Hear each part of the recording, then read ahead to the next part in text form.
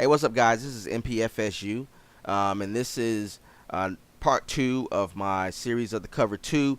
In this video, I'm going to get into the adjustments and what I do once the offense attacks my base cover two in a certain way. Now, just to go back and go over it, in the first video we talked about the cover two and the responsibilities. You have your two guys going deep, and you have your two corners on the outside playing force defenders against the run, covering the flats against the pass. All right, so let's jump right into it. Now, some adjustments you can make right off the bat to take away what I think is probably the I guess the greatest weakness of the cover two, and that's its run support up the middle. If you're playing anything defensive wise in this you're going to have some issues stopping some teams from running to the inside. So what you want to do is make your adjustments subtle and not go you don't really have to go all the way cover three. You don't have to go into a whole nother defense. You can stay in cover two and disguise what you're trying to do. Now, in this case, you can go into a different alignment. As you see here in the under, you got the two inside linebackers shading the D tackle and the defensive end in a different area than they are in the odd. As you see there, that's the change. So this is going to give you more support to the stronger weak side. Over will be the strong side. Under will be under is to the strong side. Over is to the weak side, or whatever. It's flipped flopped. Either way, if you know they're going to run to this side of the field where you got your two inside linebackers are, that's more guys lined up to take care of the run. But also to better counter and still stay in your base defense, just call a different defense out of it. We're going to go with Roll Eagle 2. I make this adjustment if I'm getting run on a bunch and this guy wants to run the ball. I do want to eventually bring a safety up to stop the run, but I don't want to show him that I'm doing that. I just want to do that. So in this situation, I call this play, and let's just say we're getting this play, and I know he's going to run to this side of the field, so let's just call it inside zone, which will kill a regular cover two. Now, as you see, as that safety rolls there, now what I like to do, and I'll show you here, is I like to go ahead and jam these guys and see how those safeties stay high. And we'll go ahead and look at the replay just to show you what's going on here really quick. Now, see how when I bring my guys up to jam, I am disguising this defense. I want them to still know that I am in cover two, and I still have the two safeties high in the two deep shell. But in this, actually, they're going to switch, and you're going to see this corner right here. He's going to bail and run deep, and this safety is going to fly to the middle of the field, and he's going to roll all the way to that outside. He's flying to cover this hash mark. So he has to be pretty good at doing that. But that's that there, and he's going to fly to the outside. Now this time it's LaMarcus Joyner. I haven't had a chance to switch these guys, but then so this safety, Terrence Brooks, he's going to fly he's going to fly here in blitzing. He's flying here to, and this is what you call to take advantage of someone that's running to this side. You want to get that guy into that gap and force this guy to not have a lot of places he can go. And there you have it. It's a tackle for a loss. Now, he couldn't run inside, mainly because of those two inside linebackers. He couldn't run inside, so he was trying to go outside. They flow to the ball very naturally. As you see, the linebackers here are flowing to the ball very naturally. And they get there. It takes two guys to tackle him, but it does happen. And this is susceptible to play action because of this guy blitzing here, and this guy this is his flat responsibility. But if this guy jams and gets out, it's really up to this guy to stop this guy from getting beat deep. Now that's the weakness of this defense, but you're not calling that for that. You're calling it because you're positive this guy's going to run to this side and you want to stop it. And that is that. I mean, that's an adjustment I make when I'm getting ran on like that. But I still want to give my cover two show cover two. They think they probably can run it because they ran it a couple times, and then bam, tackle for a loss. And so I make that adjustment. Now, moving along, we're gonna go into another play here. I like to call also for the same reason, but mainly what I want to show is how you can, if somebody is running a lot of the option spread, zone read type stuff, and you're having a hard time with it. This is a good way to contain it, and the one way is switching up your responsibilities. Now in this play, we'll get into it here really quick, as he basically just runs free right here. But what I like to do here is bring these guys up, still show the cover two shell. The difference is here, as he hands it off to the running back there. Let's see.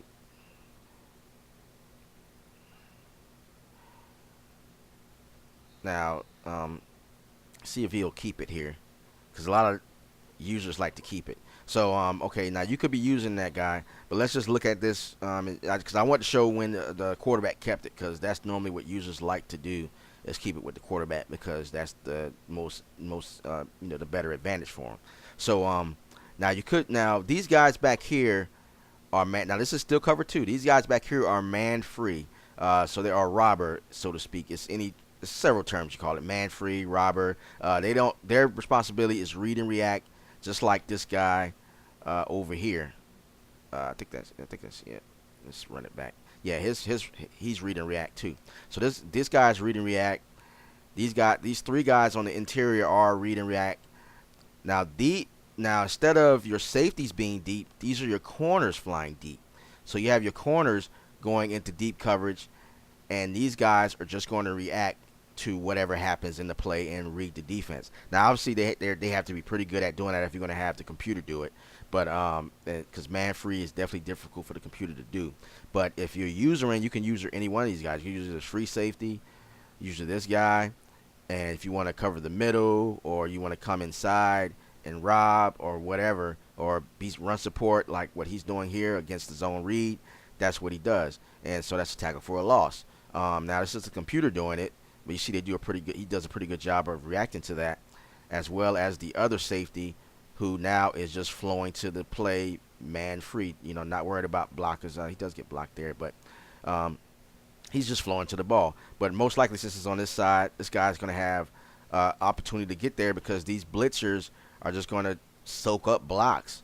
So now just think of it this way: you're using your safeties as they are linebackers. So that's what this does, and it's good to have a safety matched up on a quarterback, because they're going to pretty much be at similar speeds.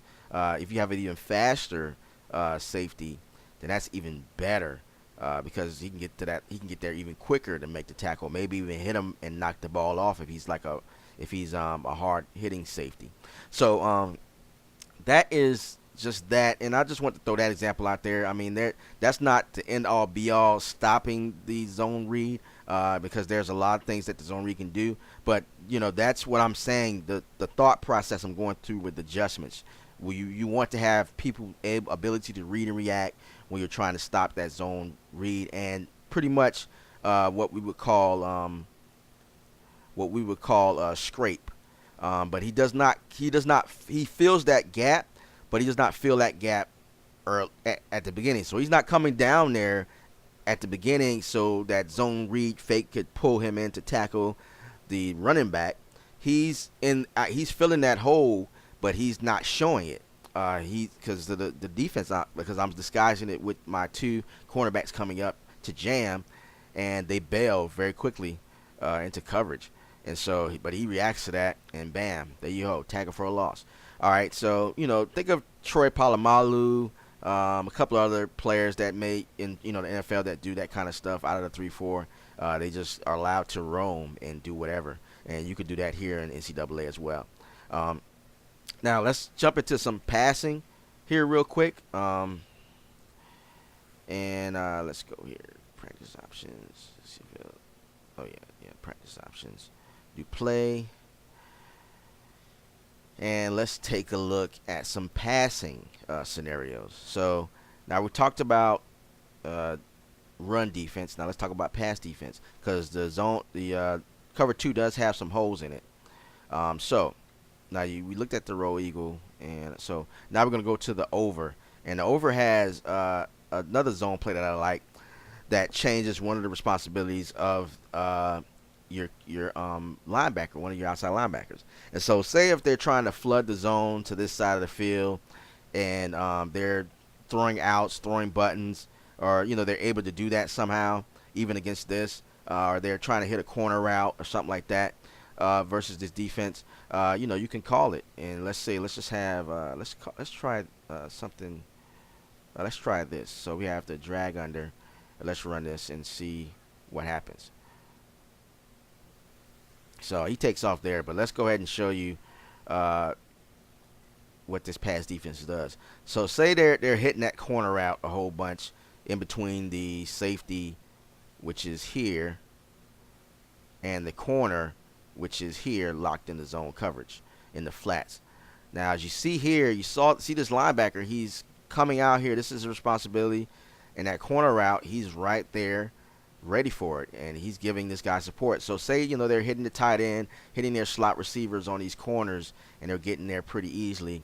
That's what they're going to do. Now, obviously, this defense is not perfect. There's some holes in it, but you're calling this defense because you want to show them one thing, but then take it away.